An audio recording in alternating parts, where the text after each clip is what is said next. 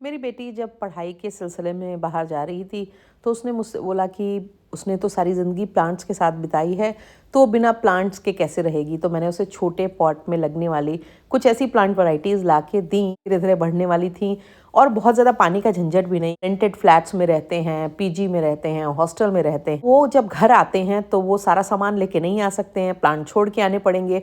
पर 1 डेढ़ महीने की जो छुट्टियाँ होती हैं उनमें प्लांट खराब हो जाएंगे फिर। नमस्कार, आप देख रहे हैं गार्डनिंग एस्थेटिक्स। मैं हूं अनीता दिनेश। आज मैं आपको 10 ऐसी प्लांट वैरायटीज के बारे में बताऊंगी जिनकी ढेर सारी खासियत है, एडवांटेजेस हैं। सबसे छोटे साइज के पॉट्स में आप इनको 2-2.5 साल तक आराम से लगा सकते हैं। पानी 15-20 दिनों में भी डालेंगे तो चलेगा। सक्यूलेंट्स हैं, हार्डी हैं, यानी कि अगर आप दिल्ली, एनसीआर, नॉर्थ इंडिया में रहते हैं तो यहाँ की क्लाइमेट में साल दर साल ये चलते रहेंगे। अगर आपको कहीं भी बाहर टूर के लिए, ट्रैवल के लिए जाना हो, आपको इनको किसी को सहेजने की जगह इनमें एक बार थोड़ी वाटरिंग कर देनी है, फिर आपको टेंशन भूल जानी है। जब आप वापस लौट के आएंगे तो ये आपको वैसे ही दिखाई देंगे। पहला प्लांट है होवरथिया लिमिफोलिया। ये एक खूबसूरत सक्यूलेंट की वैरायटी है और हार्डी है। मेरे पास खुद के ये 3 साल से प्लांट है और अभी तक कोई शिकायत नहीं है। आराम से ये दिल्ली, एनसीआर, नॉर्थ इंडिया की गर्मियों को झेल लेता है क्योंकि 2 गर्मियां इसने निकाल ली हैं।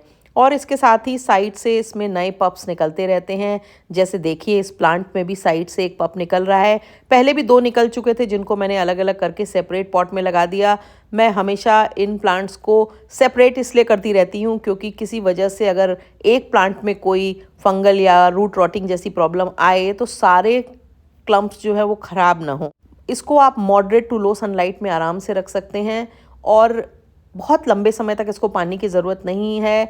पानी तब डालिए जब इसकी पत्तियां अंदर की तरफ थोड़ी ज़्यादा बेंड हो जाएं या फिर कर्ल हो जाएं। उससे ये पता चलता है कि अब इस प्लांट को पानी की ज़रूरत महसूस हो रही है। और 15-20 दिन के पहले तो आपको इसमें पानी किसी हाल में नहीं डालना है। सर्दियों में और बारिश के मौसम में ये ड्यूरेशन और ज़्यादा लंबा हो जाएगा। और आप इसको नीचे से वाटरिंग भी कर सकते हैं, यानी कि किसी पानी से भरे बोल में इसके पॉट को रख दें और नीचे से ये अपनी ज़रूरत के मुताबिक पानी ले लेगा। रोजेट है उसके अंदर पानी ना जाए, नहीं तो इस प्लांट के रॉट होने के चांसेस होते हैं। अगला है एस्ट्रोफिटम ऑर्नेटम। ये एक सक्यूलेंट है, हालांकि इसके नाम के साथ कैक्टस वर्ड जुड़ा रहता है पर ये कैक्टस नहीं है। ये एक सक्यूलेंट की वैरायटी है। इसको बिशप्स कैप कैक्टस भी कहते हैं। इसमें स्प्रिंग के सीज़न में खूबसूरत इस तरह के फूल खिलते हैं। मेरे पास ये भी 3-4 साल से है और लाने पर ही मैंने इसे छोटे से 2.5 इंच के पॉट में लगाया हुआ था और देखिए आज भी ये उसी में लगा हुआ है। गर्मियों में ये प्लांट बहुत अच्छे से चलेगा और सर्दियों में ये एक फ्रॉस्ट सेंसिटिव प्लांट है, इसलिए आपको जब फ्रॉस्ट गिरता है 15-20 दिन तो इसको कवर्ड एरिया में ला करके रखना होगा। ये प्लांट ग्रो लाइट में भी अच्छे से ग्रो किया जा सकता है और इस प्लांट के लिए एक अच्छा ग्रिटी कैक्टस सक्यूलेंट मिक्स ही उपयुक्त रहेगा। और पानी भी इसमें तभी डालना होगा जब पूरी तरह से इसकी मिट्टी सूख जाए और ये आराम से 1.5-2 महीने तक बिना पानी के बहुत अच्छे से चलता रहेगा। बाद में भी कुछ नहीं होता है, बस हल्का सा श्रिंक होने लगता है, इसका साइज सिकुड़ने लगता है। मॉडरेट टू लो सनलाइट में ये अच्छे से ग्रो होता रहता है या फिर लो सनलाइट में घर के अंदर ग्रो लाइट में भी ये आराम से चलता है। साल में एक बार बोन मील और माइक्रो न्यूट्रिएंट की हल्की सी डोज दे दीजिए। अगली प्लांट वैरायटी है होवरथिया रेनवर्टियाई। ये देखने में कुछ कुछ जेब्रा होवरथिया के जैसा दिखाई देता है पर होता उससे डिफरेंट है क्योंकि इसकी जो क्लम्प्स होते हैं वो ऊपर की तरफ बढ़ते हुए होते हैं और ना कि रोजेट की शेप में फैलते हुए होते हैं। दूसरी बात, इसकी जो पेटल्स होते हैं वो अंदर की तरफ मुड़ते जाते हैं, तो ये एक अलग सा डिस्टिंक्टिव शेप फॉर्म कर लेता है जो जेब्रा होवरथिया से काफ़ी अलग होता है। ये भी बहुत छोटे पॉट में लग सकता है क्योंकि बहुत ही ज़्यादा स्लो ग्रोइंग है और सर्दियों के दिनों में इसका जो कलर है वो काफ़ी डार्क सा हो जाता है, ऑरेंजिश रेड कलर का कुछ ये हो जाता है जो देखने में बहुत अच्छा लगता है। इस प्लांट को भी आप लो टू मीडियम सनलाइट में आराम से रख सकते हैं और पानी भी इसको आप तभी डालें जब पूरी मिट्टी पूरी तरह से सूख जाए। मिट्टी वैसी ही चाहिए जैसे कैक्टस और सक्यूलेंट के लिए होनी चाहिए।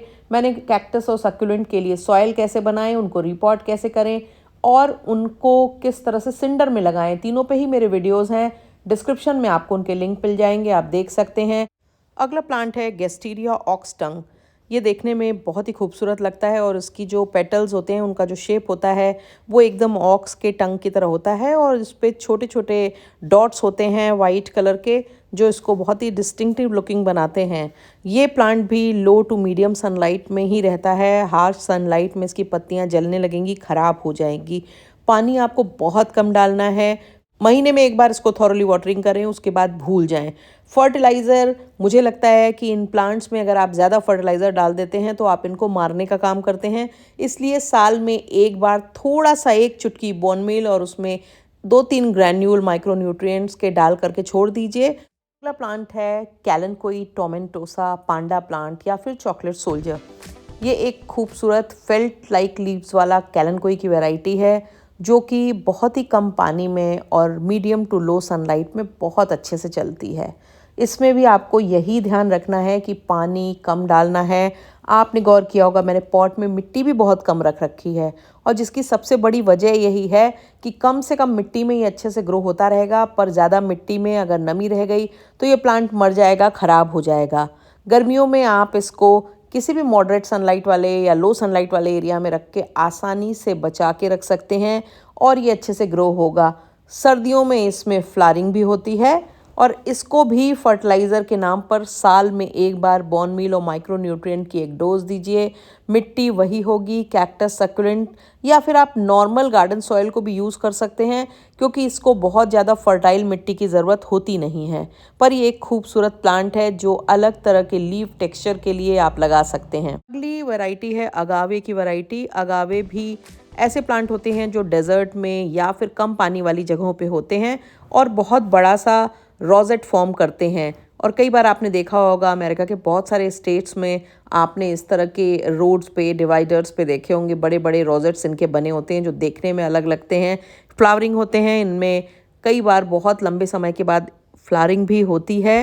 क्वीन विक्टोरिया अगावे अगावे की एक बहुत ही स्लो ग्रोइंग वैरायटी है जो देखने में खासी खूबसूरत लगती है। इसकी पत्तियां बहुत ही हार्डी और थिक होती हैं और टिप पे हल्की सी पॉइंटेड होती हैं।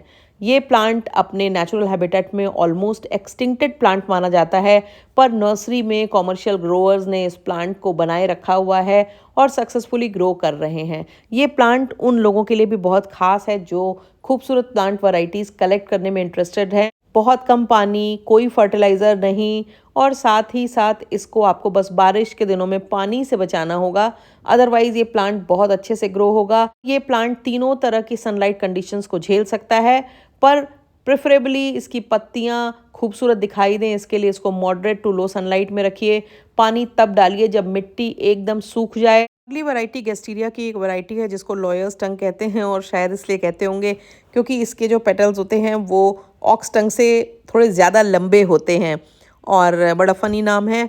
पर ये भी बिल्कुल वैसे ही केयर इसकी करनी है जैसी ऑक्स टंग की करनी है, तो इसलिए इसके बारे में बहुत ज़्यादा डिस्क्राइब करने की ज़रूरत नहीं है। ये प्लांट मेरे पास 5 सालों से है, इसी पॉट में मैंने लगाया था और आज तक चल रहा है, पर ना साइड से कोई प्लांट निकला है ना कोई ग्रोथ हुई है, पर ये ऊपर की तरफ बढ़ रहा है। करना वही है, पानी कम, moderate to low sunlight area में रखना है क्योंकि ज़्यादा धूप में ये भी प्लांट खराब होने लगेगा। वर्निया जेब्रिना, इसको लाइफ सेवर कैक्टस भी कहते हैं। हालांकि नाम के पीछे कैक्टस लगा है पर होता सक्यूलेंट है और किनारे जो कांटे से दिख रहे होते हैं वो कटीले नहीं होते हैं, सॉफ्ट होते हैं। ये प्लांट एक बहुत खूबसूरत प्लांट है और मेरा one of the most favourite succulent में से एक है क्योंकि इसमें जब फूल खिलते हैं तो वो एकदम डिफरेंट से लगते हैं, बड़े वाइल्ड से, जो काफ़ी ज़्यादा अच्छे लगते हैं। इस प्लांट को आपको तब पानी देना है जब पूरी तरह मिट्टी सूख जाए।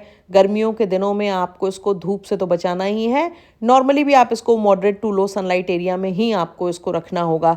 बहुत ज़्यादा धूप कोई अप्रिशिएट नहीं करता है। मिट्टी बहुत अच्छी well draining cactus succulent soil चलेगी। स्प्रिंग के सीज़न में इसमें अच्छे फूल खिलते हैं और ये प्लांट एक बहुत ही उपयोगी प्लांट है। जिन जगहों पर ये अपने नेचुरल हैबिटेट में होता है वहाँ पर लोग इसको बहुत तरह से यूज़ करते हैं। अच्छा प्लांट है, मैंने इसे बहुत छोटे से हैंगिंग बास्केट में लगाया हुआ है और बहुत अच्छे से ग्रो हो रहा है। इनकी 3-4 वैरायटीज़ मेरे पास हैं जिनमें मैरून, ग्रीन और थोड़ी ग्रेइश कलर के मोटे स्टेम वाली एक वैरायटी है।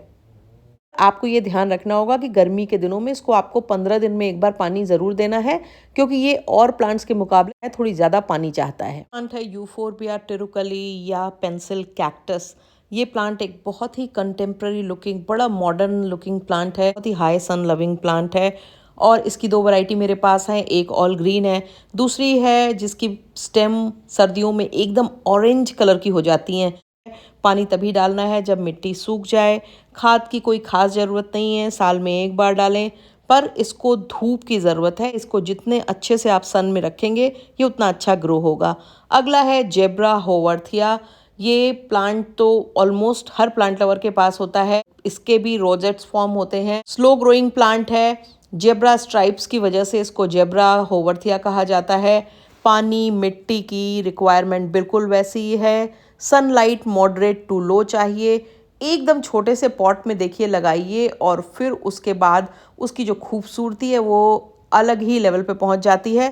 अगर आपको मेरा वीडियो पसंद आया हो तो मेरे चैनल को सब्सक्राइब करना, वीडियो को लाइक करना, उस पर कॉमेंट करना और अपने फ्रेंड्स के संग उसके लिंक को शेयर करना बिल्कुल भी मत भूलिएगा। नोटिफिकेशन बेल जरूर ऑन कर लिया करें, क्योंकि जैसे ही मैं कोई वीडियो अपलोड किया करूं वो आप तक पहुंचे।